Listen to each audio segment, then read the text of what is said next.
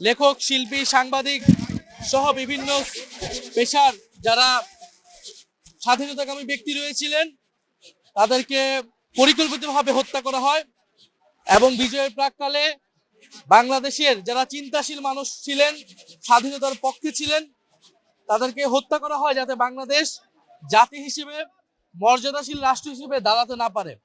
54 বছরে আমাদেরকে মুক্তিযুদ্ধের আকাঙ্ক্ষাকে বাস্তবায়ন করার জন্য লড়াই সংগ্রাম করে দিতে হয়েছে এবং 24-এর বিপ্লবের মধ্য দিয়ে আমাদেরকে সেই লড়াই এবং সেই আত্মত্যাগ আবারও করতে হয়েছে।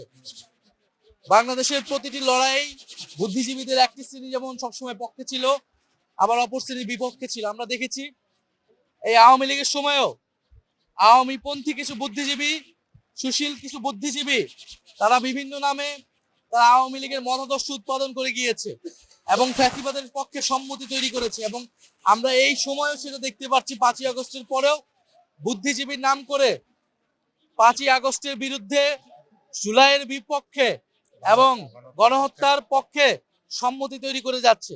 কিন্তু আমরা মনে করি জনগণের পক্ষের বুদ্ধিজীবীরা সবসময় ছিলেন, এখনো আছেন, তারা কথা বলবেন এবং বাংলাদেশের যে চিন্তার স্বাধীনতা, সাংস্কৃতিক স্বাধীনতা, সেই স্বাধীনতার লড়াই ছাড়া আমাদের রাজনৈতিক স্বাধীনতা অপূর্ণ। আমরা এই বুদ্ধিজীবী দিবসে আজকে শ্রদ্ধার সাথে স্মরণ করছি যাতে সেই সূর্য সন্তানদের আমরা ধারণ করতে চাই তাদের আকাঙ্ক্ষাকে, এবং আমরা চাই এই সময়ে রাজনীতিবিদ, বুদ্ধিজীবীরা সেই আকাঙ্ক্ষাকে ধারণ করে 71, 24 এবং 47-এর আমাদের যে ঐতিহাসিক লড়াইগুলো ছিল সেই লড়াইগুলোকে ধারণ করে আমরা বাংলাদেশ রাষ্ট্রকে একটা আত্মমর্যাদাশীল জাতি হিসেবে আমরা গড়ে তুলতে পারবো।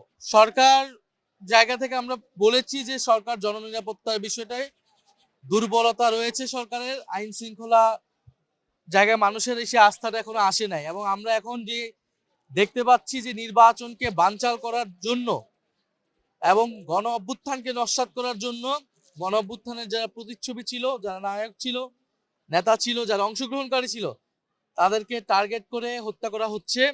এবং এটি ওসমান হাদির উপর হামলার ঘটনায় পুরো জাতি দেখেছে। ওসমান হাদিকে যারা হত্যা চেষ্টায় লিপ্ত ছিল তাদেরকে কিন্তু এখনো গ্রেফতার করা সম্ভব হয় নাই।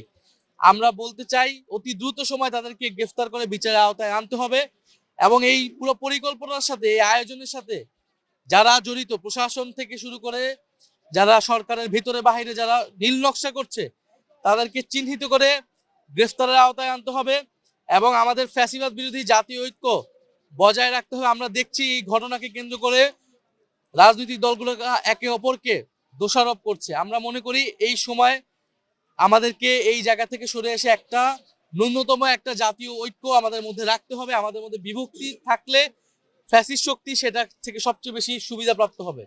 ফলে আমরা চাই যে নির্বাচনের সুষ্ঠু পরিবেশ বজায় রেখে আমরা এই যে গণতন্ত্রের যাত্রা, সেই যাত্রাকে অব্যাহত রাখতে চাই।